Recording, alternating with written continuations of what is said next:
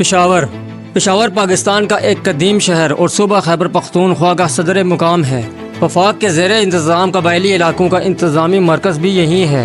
بڑی وادی میں بنایا شہر درے خیبر کے مشرقی سرے پر واقع ہے۔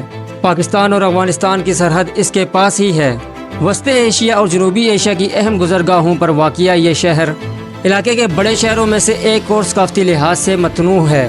پاکستان کے بہت سارے ایسے شہر ہیں جو ثقافتی، تہذیبی اور مذہبی روایات سے گھرے ہوئے ہیں، جن میں راولپنڈی اور لاہور بھی شامل ہیں۔ اگر آپ یہ ویڈیوز دیکھنا چاہتے ہیں تو ہم نے ان ویڈیوز کا لنک ڈسکرپشن میں دے رکھا ہے۔ تو چلیے ویڈیو کا آغاز کرتے ہیں۔ مسٹر انفارمیٹیو کے دیکھنے اور سننے والوں کو السلام علیکم۔ پشاور میں آب پاشی کے لیے دریائے کابل اور دریائے کنڑ سے نکلنے والی نہریں گزرتی ہیں۔ پشاور پاکستان کی نسلی اور لسانی اعتبار سے متنوع ترین شہر میں سے ایک ہے۔ اس کی شہری آبادی بڑھ رہی ہے، جس کی وجوہات ارد گرد کی دیہات اور خیبر پختونخوا کے دوسرے چھوٹے شہروں کی مقامی آبادی کا روزگار کے سلسلے میں بڑے شہر کو منتقلی، تعلیم اور دیگر خدمات شامل ہیں۔ اس کے علاوہ آس پاس کے علاقوں میں فوجی کارروائیوں اور افغان مہاجرین کی آمد سے بھی یہاں کی آبادی بہت بڑھ رہی ہے۔ خیبر پختونخوا میں تعلیمی، سیاسی اور کاروباری اعتبار سے پشاور سب سے آگے ہے اور علاقے کے ترقی یافتہ ترین شہروں میں سے ایک ہے۔ پاکستان میں طب اور تعلیم کے حوالے سے بہترین تعلیمی اداروں میں سے کئی پشاور میں قائم ہیں۔ مردم شماری پاکستان 2017 کے مطابق پشاور کی آبادی 19,70,042 ہے، جو اسے خیبر پختون کا سب سے بڑا اور پاکستان کا چھٹا سب سے بڑا شہر بناتی ہے۔ ایک مفروضے کے مطابق علاقے کی ابتدائی آبادی کے وقت اس کا نام ہندو سنسکرت میں پشپورا تھا۔ دوسرے مفروضے کے مطابق یہ فارسی نام پش شہر کا بگاڑ ہے۔ اکبر کی کتابیات نگار اور مورخ نے اس کے دو نام پراشاور اور پشاور دونوں تحریر کیے ہیں۔ کہا جاتا ہے کہ نام پشاور اکبر نے خود دیا تھا۔ پشاور کو جنوبی ایشیا کے چند سب سے پرانے شہروں میں سے ایک مانا جاتا ہے اور خیال کیا جاتا ہے کہ یہاں 7,000 سال قبل کی تہذیب کے آثار پائے جاتے ہیں۔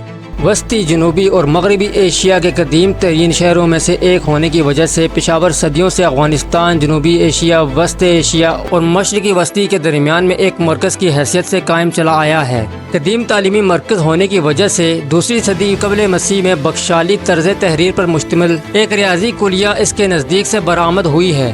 ودیومالا میں پشاور اور آس پاس کے علاقے کو پشکلاوتی کے نام سے جانا جاتا ہے، جو رامائن کے بادشاہ بھارت کے بیٹے پشکل کے نام سے منسوب ہے۔ تاہم اس کے بارے میں ابھی کوئی یقینی رائے موجود نہیں ہے۔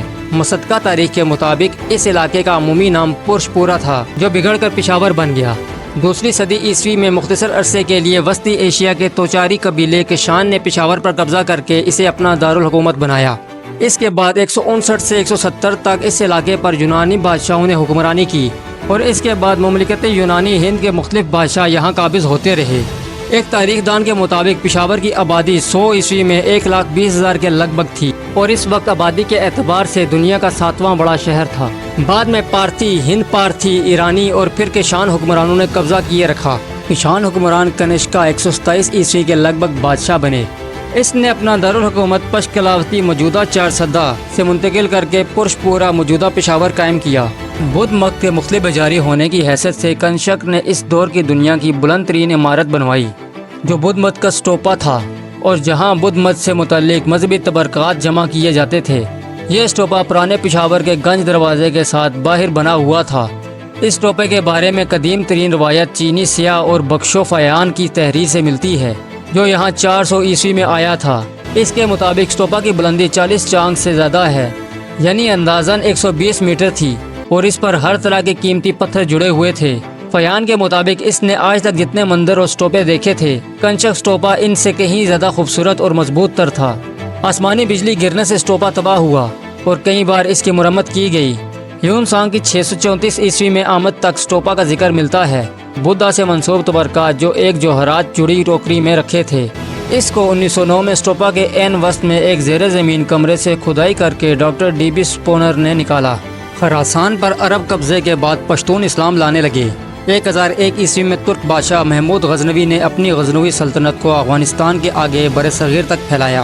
997 عیسوی میں سبکت کین کی وفات کے بعد خراسان کا گورنر ان کا بیٹا محمود بنا، جس نے بعد ازاں دولت سامانیہ سے علیحدگی اختیار کر کے اپنی سلطنت قائم کی اور 999 عیسوی میں سلطان کا لقب اختیار کیا۔ ابتدائی دور میں پشاور کے علاقے میں کئی خونریز جنگیں ہوئیں، جن کا آغاز محمود اور ہندو بادشاہ جے پال کے درمیان میں جنگ سے ہوا۔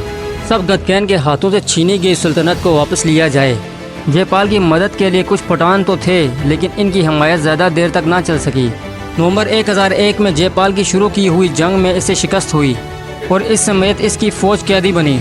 آزاد ہونے پر اس نے اپنے بیٹے انند پال کو بادشاہ بنایا۔ محمود نے پٹھانوں کو سزا دی اور مسلمان ہونے کے بعد وہ محمود کے ساتھ وفادار ہو گئے۔ افغان شہنشاہ شیر شاہ سوری نے پشاور کی تعمیروں کو تیزی دی اور اس نے دلی سے کابل کی شاہراہ درہ خیبر کے راستے 16ویں صدی میں بنوائے اور بعد میں مغلوں نے پشاور پر قبضہ کر لیا۔ مغل بادشاہت کا بانی بابر جب موجودہ دور کے ازبکستان سے پشاور پہنچا اور بیگرام کا شہر آباد کرایا اور 1530 میں قلعہ دوبارہ بنوایا۔ بابر کے پوتے اکبر نے اس کا نام بدل کر پشوا کر دیا، جس کا مطلب ہے سرحد پر واقع جگہ۔ خوشحال خان خٹک جو مشہور افغان پشتون شاعر تھے، پشاور کے نزدیک پیدا ہوئے اور ان کی زندگی پشاور سے وابستہ رہی۔ افغان آزادی کی حمایت کرنے کی وجہ سے یہ مغل بادشاہوں بالخصوص اورنگزیب کے لیے مستقل سردر بنے رہے۔ 18ویں صدی میں ناصر شاہ کے دور حکومت میں مغل سلطنت کے زوال کے بعد پشاور پر ایران نے قبضہ کر لیا۔ 1747 میں لویا جرگا نے پشاور کو افغان دورانی سلطنت کا حصہ بنایا، جس پر اس وقت احمد شاہ دورانی کی حکومت تھی۔ 1776 میں احمد شاہ کے بیٹے تیمور شاہ دورانی نے پشاور کو اپنا سرمایہ دارالحکومت بنایا۔ پشاور پر مختصر عرصے کے لیے مرہٹوں کا قبضہ بھی رہا جو ہندوستان کی سلطنت پر قابض تھے۔ انہوں نے 8 مئی 1758 کو قبضہ کیا۔ بعد میں افغان دورانیوں کے بڑے لشکر نے 1759 میں پشاور پر دوبارہ قبضہ کر لیا۔ 1802 میں پشاور پر دوبارہ افغانستان کا قبضہ ہوا۔ اس وقت کشمیر، سندھ، ملتان اور بلوچستان بھی افغانستان کے حدود میں شامل تھے، لیکن 1833 میں سکھوں نے حملہ کر کے اپنی سلطنت میں شامل کر لیا۔ برطانوی مہم جو اور ایسٹ انڈیا کمپنی کے سابقہ ایجنٹ ولیم مور کرافٹ کی سربراہی میں ایک مہم پہنچی تو اسے کابل کی حکومت اور لاہور کے سکھ حکمرانوں سے تحفظ کے ذریعے کے طور پر دیکھا گیا۔ 1818 میں مہاراجا رنجیت سنگھ نے پشاور پر قبضہ کر کے یہاں کا دورہ کیا اور 1834 میں اسے سکھ ریاست میں شامل کر لیا۔ اس کے بعد شہر کا زوال شروع ہو گیا۔ مغل دور کے سارے مشہور باغات تباہ کر دیے گئے۔ پشاور کی مشہور مسجد مہابت خان جو 1630 میں بنائی گئی تھی، اس کو سکھوں کے دور میں تباہ کر دیا گیا۔ ہندوستان کی تقسیم کے بعد پشاور سے سکھوں کی آبادی انتہائی کم ہو گئی، لیکن پھر بھی افغانستان اور قبائلی علاقوں سے پناہ کی تلاش میں آنے والے 4000 سکھوں کی وجہ سے آبادی پھر کسی حد تک بڑھ گئی ہے۔ 2008 میں پاکستان میں سکھوں کی سب سے بڑی تعداد پشاور میں ہی آباد تھی۔ پشاور کے سکھ خود کو پشتون کہلاتے اور بطور مادری زبان ہند کو بولتے ہیں۔ 1835 میں دوست محمد خان کو شہر پر قبضے میں اس وقت ناکامی آئی جب اس کی فوج نے دل خالصہ کا مقابلہ کرنے سے انکار کر دیا۔ دوست محمد خان کا بیٹا محمد اکبر خان 1837 کی جمرود کی جنگ میں پشاور پر قبضے میں تقریباً کامیاب ہو ہی گیا تھا، لیکن پھر اسے ناکامی ہوئی۔ سکھوں کی حکمرانی 1849 میں اس وقت ختم ہوئی جب راجا رنجیت سنگھ کی موت واقع ہوئی۔ اس کے بعد ایسٹ انڈیا کمپنی نے سکھوں کے ساتھ دوسری جنگ جیت لی۔ 1849 میں سکھوں کے ساتھ دوسری جنگ کے بعد پشاور انگریزوں کے قبضے میں چلا گیا۔ 1857 کی سپاہیوں کی بغاوت کے بعد مقامی فوجیوں کے 4000 افراد کو بغیر خون بہائے غیر مسلح کر دیا گیا۔ اس طرح 1857 کی بغاوت کے بعد پورے ہندوستان میں ہونے والے خون خرابے سے پشاور بچ نکلا۔ مقامی سرداروں نے برطانوی راج کا ساتھ دیا۔ شہر کے باہر کے پہاڑوں کے نقشے 1893 میں سر مورٹیمر نے بنائے، جو اس وقت برٹش انڈیا حکومت کا خارجہ سیکرٹری تھا۔ اس نے افغان حکمران عبد الرحمان خان کے ساتھ مل کر افغان سرحد کا نقشہ بنایا۔ 1947 میں پشاور ڈومین پاکستان کا حصہ بن گیا۔